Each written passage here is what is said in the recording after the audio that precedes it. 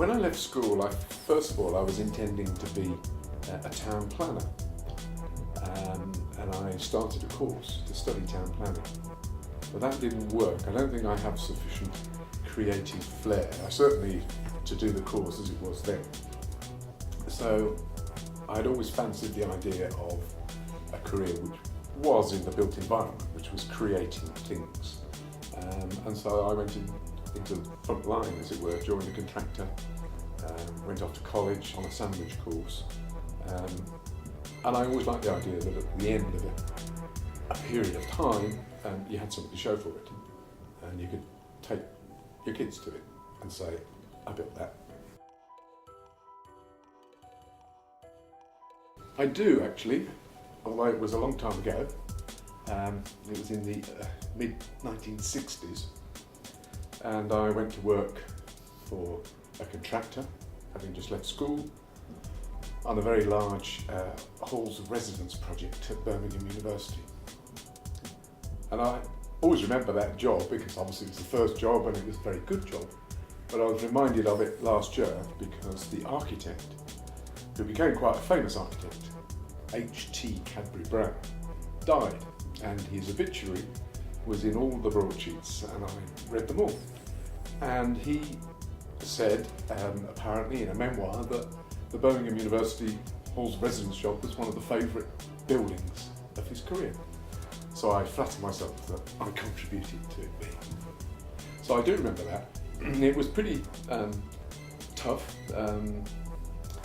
First day, 8 o'clock start, and we were working.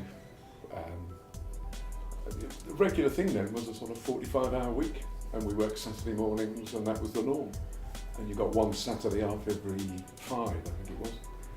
So those were the days. And I stayed on that job for the best part of a year until I then went off to college.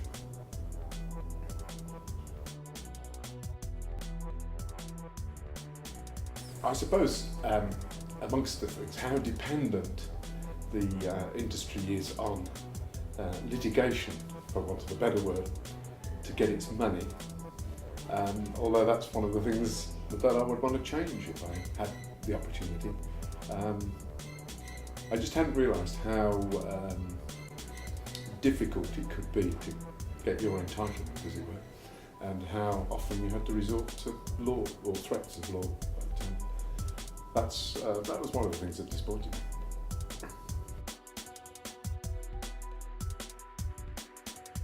I think thoroughly understand what everybody else's role is, because then you can plot a route for yourself through your career or through a particular company. And I think you do have to understand what everyone else is there to do and enable them to do it. And then when you need or want their support, you've got more chance of getting it.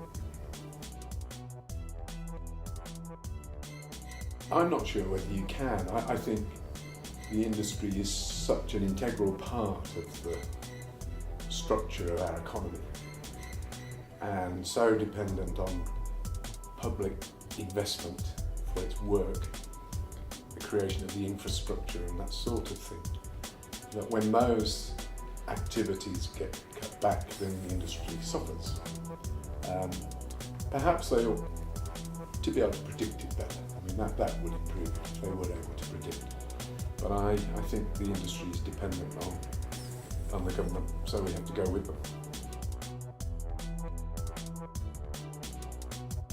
I guess because half of the industry is made up of artisans, for want of a better word, which have traditionally taken boys from school and trained them as masons and carpenters and that sort of thing. The other half of the industry is made up of the professions. And when I joined, certainly there were not many women architects.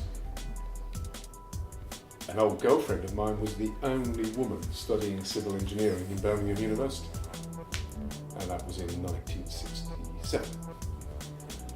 That's changed, so there are women engineers. And obviously the other professions, the design generally, is probably more than 50-50 now. But still on site, the artisans, for want of a better term, is still largely male.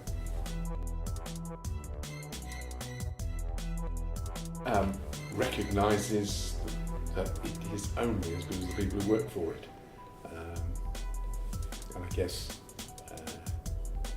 enables those people then to grow with the company.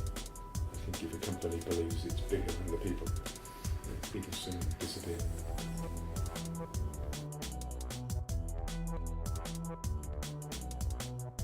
I guess only the ability to foresee changes before they happen, and so be prepared, better prepared.